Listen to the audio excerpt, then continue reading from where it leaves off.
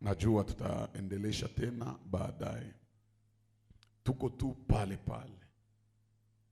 Samueli wa kwanza 17 mstari wake wa 14.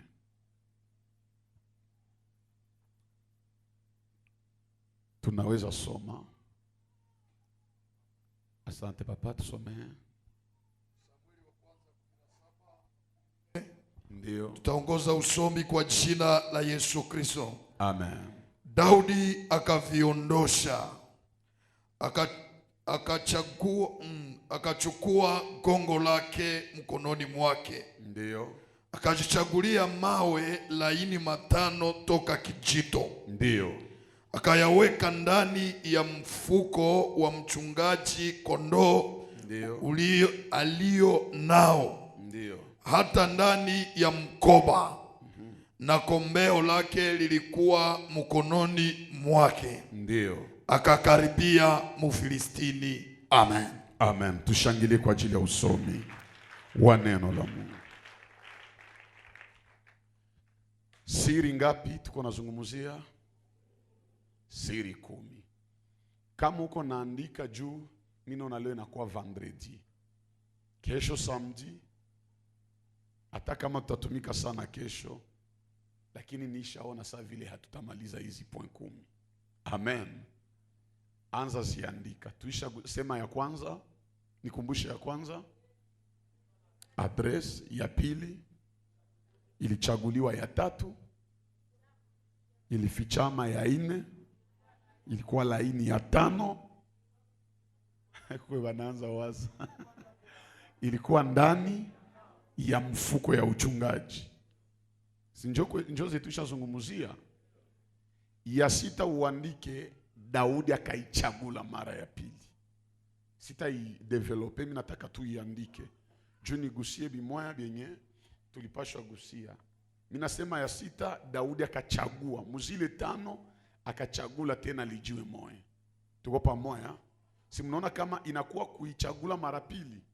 Ya kwanza baliichagula kama mtoni, ya pili banaichagula kutoka mfuko ya uchungaji. Nayo iko na vitu, iko na maneno pale mingi sana.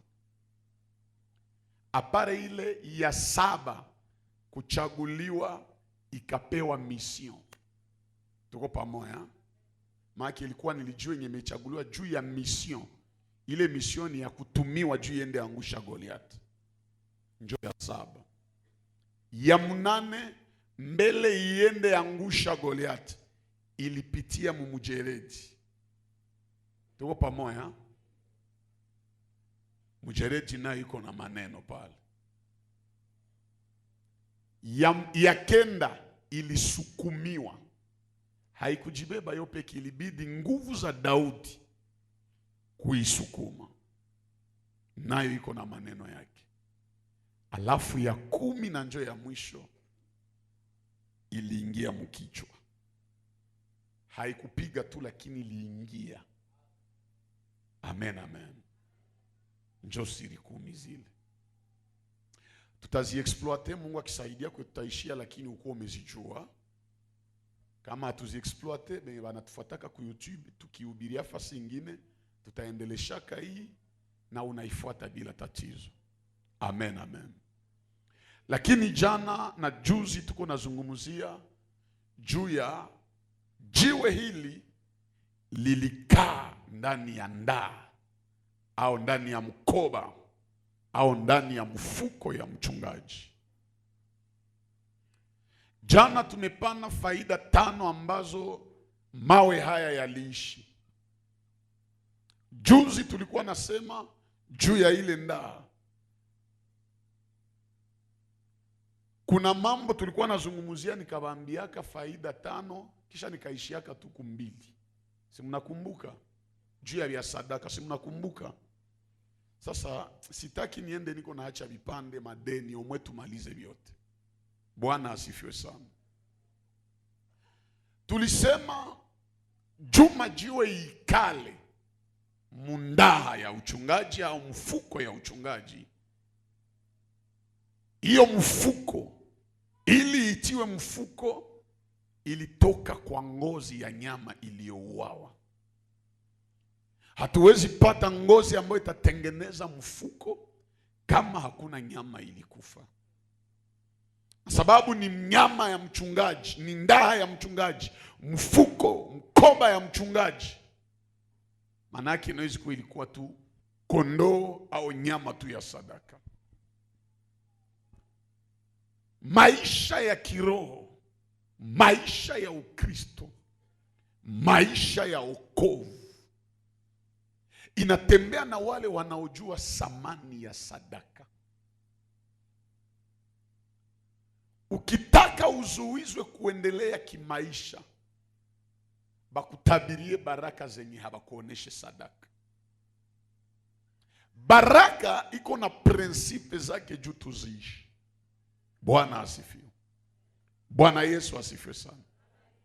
Katika Biblia kuna aina mbalimbali za sadaka. Na kati ya zile aina mbalimbali ya sadaka, ya kwanza ambayo inaonekana mara ya kwanza wanadamu wanamtolea Mungu, tunaona Kaini na Abeli. Mwanzo sura 4. Sasa niko mwalimu mudakika kidogo. Nisikilize mzuri historia. Mimi nasema nani na nani? Merci. Tunajua kama Kaini ndio alikuwa mzaliwa wa kwanza wa Adamu. Abeli alikuwa wa pili. Probleme ilitokea, Adamu amekorogana na Mungu kwa kumkosea Mungu. Mungu akamfukuza katika bustani ya Edeni. Uhusiano kati ya mtu na Mungu ikamalizika juu ya dhambi ya Adamu. Baba yake na Adamu si ni Mungu? Si mnajua vile? Baba wa Adamu ni Mungu junjo mwalimu. Mama wa Adamu ni udongo kwenye Adamu alitokea. Bwana Yesu asifiwe. Sasa wakati Adamu amezaliwa, amefanya dhambi, amefukuziwa, na iko na bibi wanabafukuza baba wawili, banazala watoto mbili. Hii haiandikiwe lakini nisikie. Kila watoto bakiona mzazi wanapaswa muuliza, papa, wewe ndio baba yetu, babako ni nani? Sasa kwenye vitu viliharibikia ni wakati Kaini na Abeli wanaanza uliza babao, baba, si tunajua wewe ni baba yetu, na wewe uko na babako, na ule babako anapaswa kuwa babu wetu au tate yetu, si ndio vile? Sasa tate yetu anakuwaka wapi? Juu tate anapaswa kuona kiate mbele ya watoto yake. Mbona hauyatuoneshaka tate? Nazana Adamu akamwambia, tate yenu wa kwanza ni udongo, njoo kwenye nilitokea. Sawa, udongo hii tunaonaka.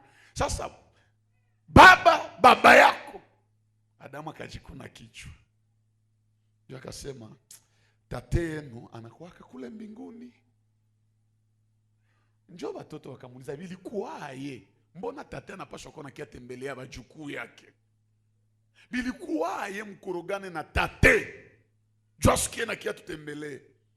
Njoo watoto, baba se wapi? Nilifanyaka error, kosa nilifanyaka, nikakula vyenye alinikatazaka. Njoo muhasira akatutia huko. Na njoo maana mnaona tunatesekaka. Kisha wakauliza babao, tunawezi fanya aye juu tuonane na tate yetu? Hapa niko naeleza sasa vile hadisi. Adamu akasema, sijui mnawezi fanya aye. Juu Adamu alikuwa anakutana na Mungu, lakini hakuna siku yenye alitolea Mungu sadaka. Munisikie bien. Njoo Kaini na Abeli wakaanza wazi. Abeli, ça c'est très profond. Abeli alikuwa mchungaji.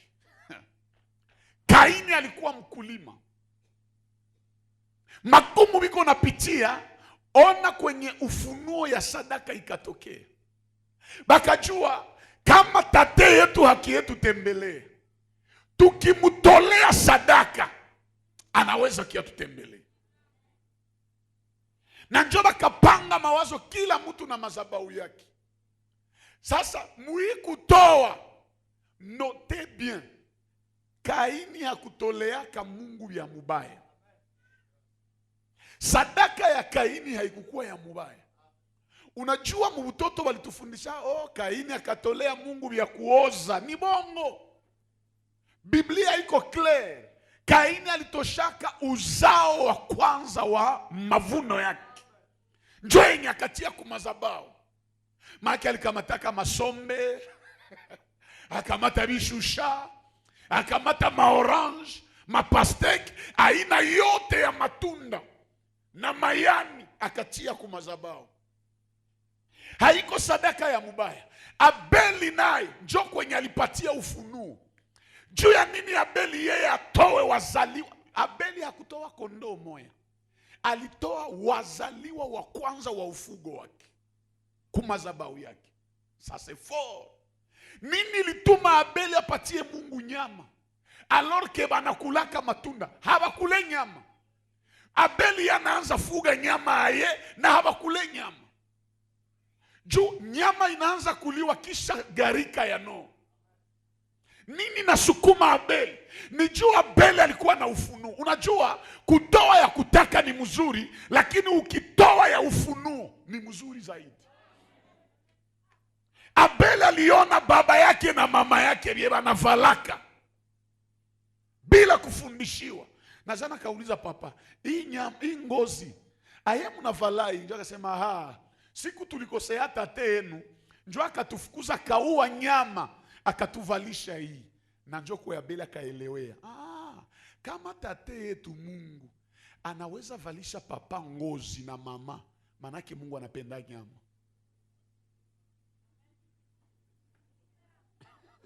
Sijui kama mnanielewa. Na njoo vile natia nyama kumazabao. Abel, Biblia nasema Mungu akamkubali na akakubali sadaka yake. Lakini Kaini na kumuona habakumuona na sadaka yake. Juu ya nini Mungu anaitika ya Abeli, anakatala ya Kaini? Ya kwanza ni Kaini alitolea Mungu sadaka ya mzuri, lakini yenye ilitoka fasi kwa kulishalainiwa. Munakumbuka Mungu aliambia Adamu, kwa ajili yako udongo imelainiwa, itakuzalia miiba na michongomo, hata inakuzalia matunda. Kaini, Mungu hana besoin ya sadaka yenye natoka fasi ya kulainiwa, iko na besoin ya sadaka yenye iko na uzima. Ndio maana Abeli yeye analeta wanyama na anamwanga damu, japo Mwaebrania imesema hakuna msamaha wa dhambi bila damu kumwangika. Manake saa yenye Abeli alimwanga damu, Mungu akakumbuka kazi yenye alifanyaka juu afukuze ya damu, alichinjaka nyama. Na Mungu akakubali sadaka ya Abeli. Unataka Mungu akukubali na akubali sadaka yako, usikuwa natoa sabato yote. Ingali natukosea juu tunapenda tutoe sabato yote. Na attention, saa yenye Abeli alikubaliwa, nini itaonesha kama tate anashuka? Juu habataona tate na macho. Mungu ni mwema kweli. Unajua kwa sababu Mungu anatupatia kitu, unasema merci Seigneur kwa hii. Eske mnajua kama Adamu alikuwa hakonge moto? Si wote tulienda kwa masomo tunajua l'âge de la pierre taillée, l'âge de la pierre polie, l'âge de métaux. Mnajua wakati yenye moto ilianza kuwa. Hasa kitaonesha kama Mungu amekubali Abeli amekatala Kaini ni presence ya moto. Moto si nashuka kumazabau ya Abeli, inaacha Kaini. Njoo Kaini maki hivi njoo tateana kiaka mumoto. Na njoo wivu ikapanda ndani ya Kaini juu ya Abeli. Usishangale munaombana mtu lakini hakupendaki. Ni juu unafanyaka bitu mzuri kumuzidia. Njoo maana ukiona mara mingi mtu anakuchukia na hauyamkoseaka, elewa tu unafanyaka vya mzuri na vya mingi kumuzidia. Anapendaka afanye sawa, anashindwa. Kwa hii hapana ambatana na hapana fuatana na mwenye iko na kupiga vita. Elewa tu ni kupanda yangu njoo iko naacha na niinuka juu yangu. Na Kaini akaconcevoir akapenda uwe Abeli. Mumakanisa utaona tu wanapendaka bamalize wengine. Ni wenye habatoaki, wenye habafe kitu. unatafanya kitu ya kuendelea, unaenda tena, unaenda pale. Usifanyake kitu juu mtu alikuambia, na usifanyake kitu juu, usishindwake fanya kitu juu mtu alikuzuiza. Question ya sadaka ni question ya intimite yako na Mungu. Uko nataka Mungu abariki maisha yako. Hata ulitoa jana, leo wakitowesha, toa. Ingia hata mudeni juu ya Mungu. Ipo siku utaonaka matunda ya vyenye unafanyizia kama. Abel, Kaini akamsikilia wivu. Kisha Kaini akamwambia Abeli, nisindikize mshamba. Na njoko saa ya Abeli. Abeli akaacha manyama zake, akapenda ingie mubya balimai. Mukanisa usiendake mubya mwingine. Husika na maisha yako s'il te plaît. Nilisema mimi narudilia, mara mingi wenye maisha ilishashinda njobe wanapendaka fuatilia maisha ya wengine. Usipende fuatilia maisha ya watu na yako ingali na kushinda. Taka kwanza yako itengamani, si utengeneze yako kwanza. Sikia nifuata Abeli nayo wa watu, akafuata Kaini. Huko mwenye anakuambia maneno ya mzuri na waza ni kufaida yako, kumbiko nataka kuangamiza. Hange na maneno ya sukari yenye unaona ni ya mitego. Sinisindikize mshamba. Abeli hayaacha mambuzi, hayaacha makondo, anaenda mshamba, kumbe banenda muuia kule. Njo ile nibambia, muniambie vraiment tungali watu ine kudunia, lakini Kaini anaanza waza kuua mumu moyo. Unaona tu kama kwa watu wengi wanakuwa na roho mbaya. Hakuue juu uko na bia mingi. Hata uko na kidogo, wivu tu. Juu tu aliona unaendelea na hapendi aone maendeleo yako. Omwa kumalizie maisha. Kila bavile Mungu abatoshe nje. Abapatishe haya. Bwana asifiwe. Njoo ya kwanza Mungu akakula kusadaka ya mwanadamu. Na Mungu akakonsevoir kufanyizia Abeli vya mzuri. Lakini bahati mubaya bakamuua mbele ya wakati. Mpaka kitu kinanishangaza, aseme mpaka damu ya Abeli kiendi kwa lalamika kukiti ya Mungu. Iko na lalamika vengeance, vengeance, vengeance. Manake sadaka yetu nezi acha meme yetu Mungu anabikubali kukiti yake. Ya pili kutoa ni Noa. Sadaka ya Noa alitoa inaitwa sacrifice au sadaka ya kuteketezwa, lakini ilikuwa ni ya action de grâce. Kisha kutoka musafina kuponyoka na garika, Noa akaelewa haiko nguvu zetu, haiko mie kukua haki njo maana Mungu alituchunga. Ni neema ya Mungu njo imetutosha hapa. Wakati yenye Mungu atakuvukisha etape fulani, kwa natafuta sadaka ya kumupatia kama vile shukrani. Mungu hana bezeti ya maneno yako. Haleluya, nashukuru Mungu kuniponesha. Ona, Mungu angekuponesha, unajua makuta ngapi ungelipa kwa hospitali? Kuko magonjwa zingine zenye Mungu anakuponeshaka zenye ungezijua bangekwambia uende tunziwa ende. Batakwambia 50,000 na sama we hauna hata $100. Sama uko mjamaa yenye hata mupatane ya hamwezi eneza na $1,000. Kisha Mungu anakuponyesha na magonjwa yenye ingekulomba ma 50,000, $100,000. Unakia hapa, mimi nashukuru Mungu ananiponya. Na Mungu nana regrete. Kuko sa Mungu nana jiulizaka, huyu ni mtu mzima kweli?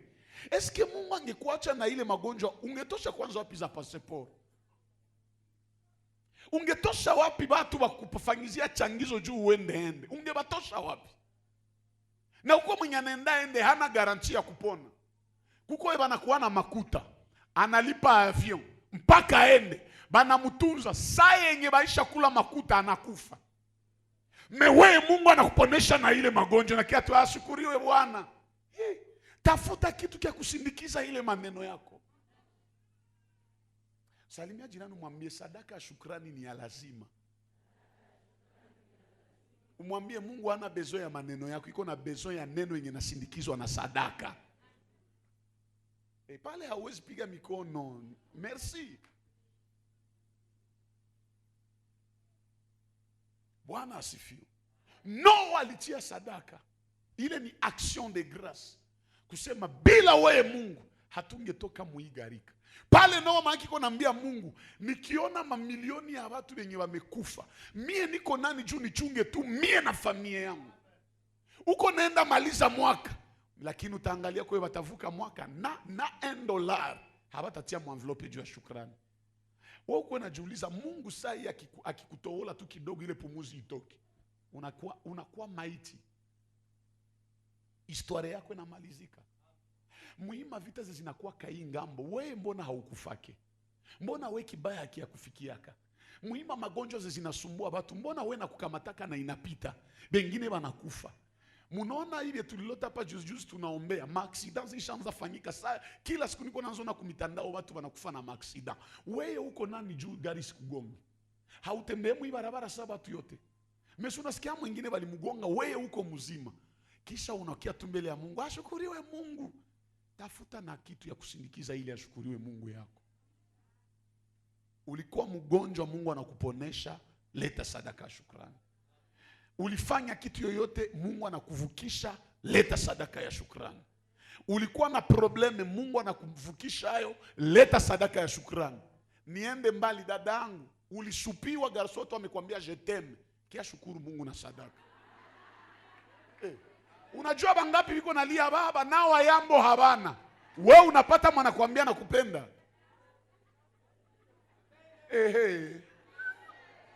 Mwi dunia ya leo, ambia jirani, mwalimu iko najisemea yake. Mwambie iko nasema kweli. Nakwambia ni neema, usikie mwana kuambia nakupenda ya kweli. Ni neema leo. Muhimu aventureuse zishakuwa leo. Nakwambia unaweza kuwa kuko bakiana kukuzidia huku mebana kosana wajambo. Kuko bakiana huku juu ya kukosa wajambo biko napuzisha mwili yao kuma 500 francs na 1000 francs. Meweye kukosa huko naona kio na uone venye biko najiuzisha. Wewe peke unasema hii ni neema.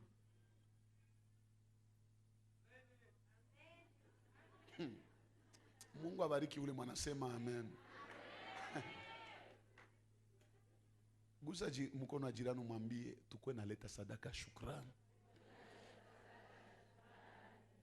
Apart sadaka shukrani mu Biblia muko malimbuko. Sema na mimi malimbuko. Au sema limbuko.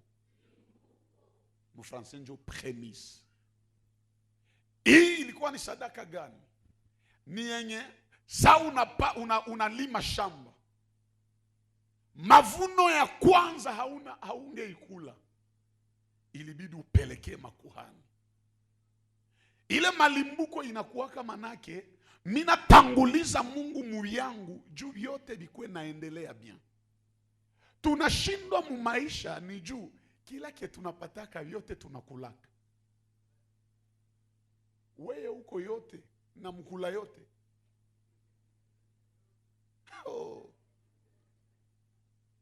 Uko na watoto banamuke mama. Banadote wa kwanza. Zile pesa kama umefunzwa letea Mungu. Juu inafungula mara moja mariage za wengine watoto bebanabaki. Pale unaanza waza zile zote. Njoo kwa mnaribishia vitu pale. Uko sema zile zote Mungu angefunga mariage ungezipata. Kwanza huku kwenu hazikuweza mingi. Huku kwenu. Nadhani Mkongo kwenye mwanamke anaolewa mbei ya mzuri ni hii mwingine hapo. Fika kule kwetu ni mangombe. Tena nika kuambia ngombe mwa 1000 bila kupunguza. Na wanakukatia 10 vache. Kuko mtu mmoja alioa na 25 vache mu 1000. Make $25,000 na dote. Na ile ndio naona mwanamke hata kuwa na kia kusema. Hata kusema makuta zangu za mingi zilikwenda kwa. Unaona vya vile Bwana sifiwe. Sasa Mungu akikufungulia ndoa vile, letea Mungu malimbuko. Unapata kazi mshahara ya kwanza, letea Mungu. Ile ni juu ya kuambia Mungu mimi naikala muikazi kusiko wake wa kunitosha. Mengi mnaonaka hii miaka yote mshomaji. Kisha nipate kazi za kwanza nizipane. Okay. Niliwaambia hapa ukidanganya Mungu, Mungu yatakudanganya ya mubaya sana. Ya kukupatisha haya. Mama moya mimi narudilete nile mfano. Mama moya pale Goma, mkanisa. Haleluya, kiroho mingi. Baba ndoa, Mungu akamupa ndoa. Saa ya kutoa, anapiga dance. Anakia tupa mkitunga bure pa. Kila siku mkumustari. Sisi saa kutoa na kia. Juu tu wamuone naye alitoa. Kumbe anatoa bure. Baba niko na hitaji ya mtoto. Mungu na akajibu hitaji. Mimba ikaingia. Ekografi utazala garso mama. Anaanza uza leete.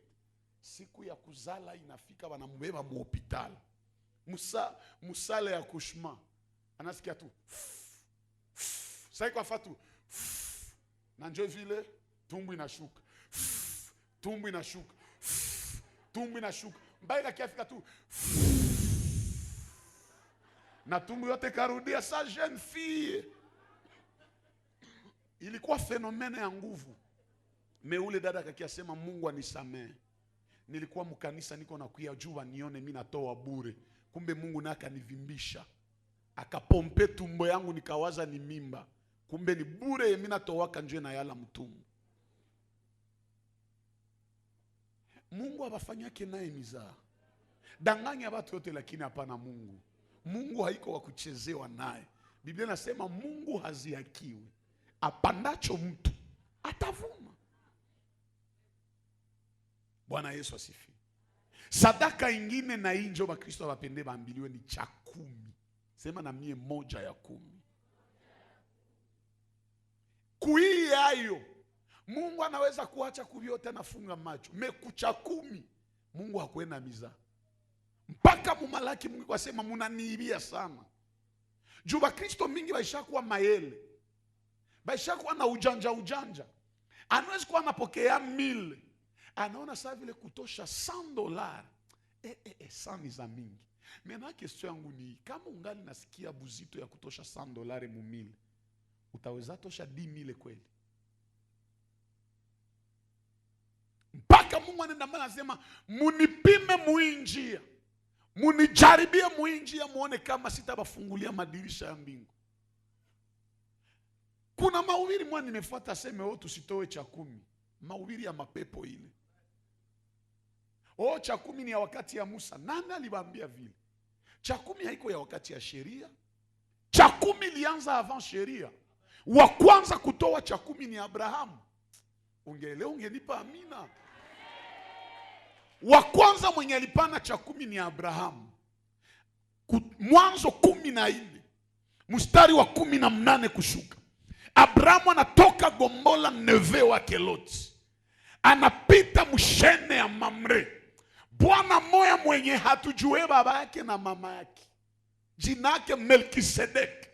Mwaebrania njo banaonesha kama Melkisedeki hana mwanzo na hana mwisho. Maana Melkisedeki ni Mungu yepeke. Melkisedeki mfalme wa Salem akakutanana na Abrahamu. Sana kutanana na Abrahamu. Mkumbuke mbele ya kutanana na Abrahamu, bafalme balikia fuata mfalme wa Sodom. Alifuata Abrahamu anamwambia niuzishe 300 solda yako benye bamekupatia ushindi. Abrahamu akakatala ile. Akakutanana na Melkisedeki. Maandiko yanasema mumateka na mali yote Abrahamu alikuwa nayo. Akatosha amo dim. Akaipatia Melkisedeki. Sana ipatia Melkisedeki. Biblia nasema Melkisedeki akamubariki. Maana cha 10 inafungulaka baraka. Hayaya nipe amen. Biblia nasema Melkisedeki alikuwa kuhani na mfalme wa Salem. Maana ndani ya Melkisedeki mulikuwa baraka 2, makuhani na wafalme. Muahadi ze Mungu aliambiaka Abrahamu, hakuna siku alimwambia atakuwa kuhani. Na hakuna siku alimwambia atakuwa mfalme. Lakini saa Abrahamu anapatia Melkisedeki cha 10. Njoo ukisoma Waebrania 7 aseme Lawi alianza kula cha 10 juu ya nini? Juu alilipa cha 10 siku yenye Abrahamu alipatia Melkisedeki cha 10. Quelle profondeur! Manake saa anapatia Melkisedeki cha 10, mara mwamu viuno ya Abrahamu Mungu akadeclenche mfalme akatokea ndani na kuhani akatokea ndani. Ile cha 10 yako inaweza kuingiza mudimension yenye hauyafikiaka. Cha 10 inafungulaka njia zenye hatunge wazaka zitafunguliwa. mpaka bebalishaelewa habatowe tena cha 10, banatoa zaidi ya cha 10. Mimi nasema bien zaidi. Cha 10 njoo ya butamu kuzidia makuta yote. Cha 10 inahitajika. Tena hii muone Abrahamu anaipana. Lakini bizazi hadi bizazi banakuwa mo wafalme na banakuwa mo makuhani. Maana cha 10 yako inaweza declencher familia yako yote ikuwa kia franche. Ingine sadaka ni changizo ya kazi ya Mungu. Sema na mie kuchanga juu ya kazi ya Mungu. Rudilia tena mchango juu ya kazi ya Mungu. Hii ni juu ya avancement ya kazi ya Mungu. Hii avancement ya kazi ya Mungu utenda soma Kutoka sura zake 35 mstari wa 29. Utasoma pia Kutoka 25 na kuendelea. Changizo juu ya kazi ya Mungu haiko sadaka yenye uona pangaka, lakini ni sadaka yenye Mungu yeye pekee analombaka. Na hii Mungu anailombaka kulingana na uwezo ya kila mtu. Parmi masadaka za baraka, hii ya kazi ya Mungu iko ndani sana. Jupali ya kwenda pana makuta zako inji, omona ziinvestire mukazi ya Mungu. Bizazi hadi bizazi watakuwa na kusanyika pale. Mungu anakuonea pale juu ya kitu yako yenye iko pale. Hii Mungu yepeke njoo anapanaka condition ya sadaka. Mpaka Exode 25 Mungu asema utaambia watoto ya Israeli banitolee dhahabu, banitolee fedha, banitolee shaba, banitolee miti. Kila mtu na uwezo yake. Mpaka ile wakati juu ya changizo ya kazi ya Mungu, mama walianza tosha meme na mabiju zao, mashenete zao za oro. Mengi mutelma mwishaji bloke, munaona tu sa vile kutoa ni kuishia tu kumakuta. Ata parcele natolewaka, ata gari banaitowaka, ata nguo inatolewaka. Sijui kama mko mnanisikia.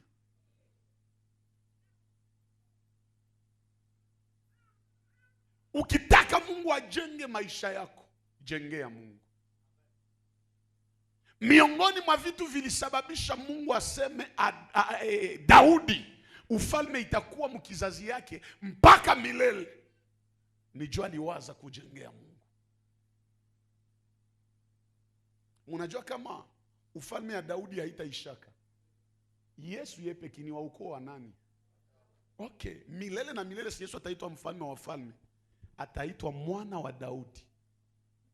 Mejuu ya nini leo mpaka Daudi jina yake haivutikanaki? Ni juu ya njo concepteur na initiateur wa construction ya temple yenye Salomo aliexecute. Wakati unaweka pesa zako mkazi ya Mungu, kusapoti watumishi wa Mungu, kusapoti majengo, kusapoti ununuzi wa viwanja juu ya kanisa, Mungu atakuikalisha na kukushimika mubaraka zenye hata shetani asimame ae hata kutingizaka. Hii mkubaliane na mie, wale ba Bill Gates habaokoke. Mejuu ya vyenye ndugu yabo mwalifanyaka, leo ni ba millionaire, ba milliardaire, ba multimilliardaire. Tangu tunasikia kama tajiri, hatukosesikia jina Bill Gates ndani. Me usifo ujiulize source ya ile makutabo ni wapi? Ingine haiko ulozi. Bengine bababo balijua katoa. Kama munaona leo nilibambia mubatoto ya Abrahamu muko ba musulman, muko siye ba Kristo na muko ba Ebrania. Me ba maskini mubote ni siye ba kiroho. Tulijiatashe sana mukiroho batoto ya Abrahamu, lakini hatukujiatashe ku maisha ya Abrahamu alikuwa anafanya. Maisha ya Abrahamu ilikuwa ya sadaka. Fasi yote alikuwa anafika na jenga mazabau. Na akiacha pale mazabau lazima amtie pale masadaka mpaka Mungu anashuka anaongea naye. Lakini wewe bakikwambia $20, $100, banatusumbua sana. Banakusumbua. Utaona kila mwenye anatoaka Mupime angalia bie mkanisa, mwana simamaka juu ya kazi ya Mungu mkanisa. Njoo wale wanasimama kila leo. Juu ya nini ni wale? Juu so natolea Mungu, Mungu nana kuiko na kubariki. Juu sikosake za kutoa. Me wale habatoke ase tena banaanza. Njoo maana mnaona kasaya mbarikiwe batote. Amen. Kusele, munasele mesaya bia hivi na kusele hakuna na mkianza mtutoe batote banaanza ona chini. Hata tunajifariji yake aseme pesa zipende fujo. Wakati nyingine pesa zinapenda fujo. Leta fujo juu ya pesa. Si tunasema pesa ni makaratasi, chomola zo zilete fujo juu ya utukufu ya Mungu, ziendeleshe kazi ya Mungu. Nyinyi mnawaza hata tuko naombea hapa bila pesa, tutaombea hapa bila pesa. Mwenye atasema mimi nabatolea hii. Hapa Mungu iko na kufungulia hapa. Jua support kazi ya Mungu kwenye Mungu iko na kusaidia. Mubaya yenu na nyeni na njoo bugonjwa. Na pardon kuisema kwa madhabahu ni bugonjwa ya mubaya. Utaombewa hapa unabarikiwa, kisha nenda tolea kwa makanisa zingine. Njoo tunajiuliza, juu ya nini haukwenda bakuombea kuzile makanisa? Ase pale haiko tena niveau yangu. Ilikuwa niveau yako na ungali napigwa. Mimi narudilia tena, kama mzee Benjamin na papa Josué abatakuwa na bafuata, mimi bakwena niita. Ndakia batafuta. Ni mateso ile. Mtu anakukeshea usiku na mchana. Ni hamjui wake hamjui gharama ya ame. Hii kupiga magoti usiku ti mchana. Sijiombee niko na kuombea we. Na mimi sina mahitaji. Sina familia. Sina familia. Kuko sana niko na ubiri hapa. Retour haikuwa sio munjo mko balozi. Me balozi tu wenye baba Butembo ya wapende kazi hii iendelee. Banajua ule aishakuya, sasa bananipiga bananishindwa. Goma banasukuma mishale. Mwenzangu kwa sababu siku aseme, mara inatatoka, nasema kwa jina la Yesu haitatoka. Nyinyi mnawaza kutumikia Mungu ni muzaa. Hii kuomba usiku tikucha. Mtu iko naomba haombe, baba nibariki, baba bariki mama fulani, bariki papa fulani, bariki udada, ndoa yake baba. Kisha ukwemu wa kusema pale haiko tena kwa niveau yako. Enzambe. Mungejua vile Kristo mwana sumbuaka. Yesu yepe kiko na anajua importance ya ame. Mpaka mnakumbuka ule jamaa mwenye alikuwa na 6000 demo. Legion make ni 6000 soldat. Yesu nijua wakati nakimbia. Nguruwe moya leo ya bei pour le moment iko ma $300. Mnajua vile? Nguruwe ya kukomali iko $300. Sasa maandiko yanasema sasa Yesu alikutana na ule wa mapepo wa Dekapoli. Anauliza nyinyi nani? Sisi ni legio. Maana tuko 6000 demo. Biblia inasema pale kulikuwaka 2000 nguruwe. Yesu akatoa la pepo 6000 akazisukuma munguruwe 2000. Maana juu Yesu aganye nafsi moja akadepense 2000 porso. Fanya asa 2000 fois 300. Moi iko na calculatrice a fait mbiombi. Maana Yesu alidepense 600,000 juu ya ame moja. Hapana 600,000 francs. $600,000 juu ya mtu moja. Kisha wewe watu waishaombea umutu, unakia mvunja moyo. Na namwambia sadaka zako ziende fasi ingine. Vraiment sikutakie ile na ukikuwa wa vile. Zile mapepo zote zilikuwa muyeye zikurukia yako wewe.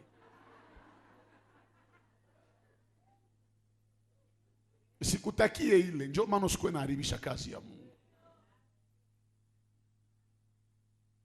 Unajua kama kwa mtumishi moya alikuwa anadharaulika sana. Jamamu ilikuwa na muzarau.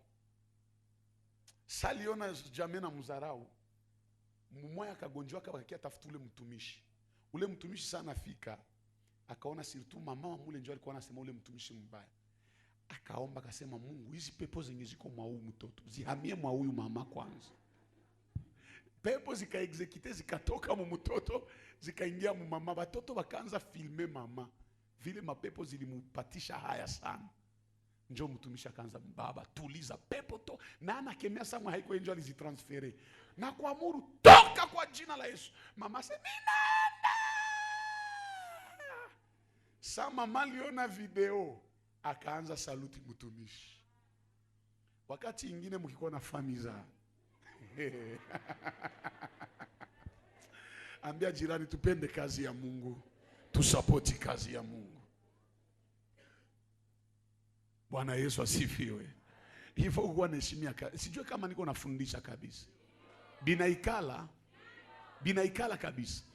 Haraka haraka faida zingine 3. Kwanza niongeze 5 za sadaka. Ya kwanza, sadaka wakati unaipatia Mungu inaaktive haraka ahadi ya Mungu alikupatia. Mungu anaweza kupatia ahadi, lakini naomba wakati juu itimiliki, sadaka yako inaweza timiza mbio ile ahadi. Utaenda soma Warumi 9:9 na unasoma Mwanzo 18, ni limoya tu. Abrahamu Mungu alimwahidiaka mtoto, lakini juu mtoto afike mbio, maandiko nasema Abrahamu akachinjia Mungu nyama na sana mchinjia. Warumi 9:9 ndio nasema Mungu yeye peke juu ya utamu ya nyama akasema mwakani au mwaka kesho kwa wakati kama huu nitarudi, nitakuta Sara ishakumbatia mtoto. Manake sasa si ya kuambia mtoto atazaliwa wakati gani. Mesona nipatia sadaka inaacha ni kupresize meme siku yenye ahadi nikuambia itatimilika. Salimia jirani mwambie sadaka yako inaweza timiza ahadi ya Mungu mbio mbio. Bwana Yesu asifiwe. Ya pili yenye uandike mbio mbio, sadaka yako inaachaka Mungu analeta mafasirio kamili juu ya yenye alikuambia. Mwanzo 22 mstari wa 16 kushuka. Wakati Mungu anaona Abrahamu hamuime Isaka, njoo akamwambia mimi naitika sasa kama unanipendaka. Manake na sadaka inaoneshaka kama mtu anapenda Mungu. Hauwezi niambia unapenda Mungu na unakuwa freyame, unakuwa boxer. Kwa kupigana kofu sikuwa kupigana ngumi mu bya Mungu. Bapigana ngumi ni bale behabato wake na ba masangoni be wanaachiliaka. Mungu anamwambia bien, tangu leo mimi naitika kama unanipenda, na kwa hii uzao yako itangaa kama nyota za anga na itakuwa kama mchanga wa pwani ya bahari, na hii uzao yako itachunguza, itatawala mlango ya adui. Sadaka inaweza yacho na posede adui. Nao ni faida kubwa. Sadaka yako inaweza yacho na maîtriser adui. Kuko vingine bikikusumbua, leta tu sadaka. Mulikuwa hamjui?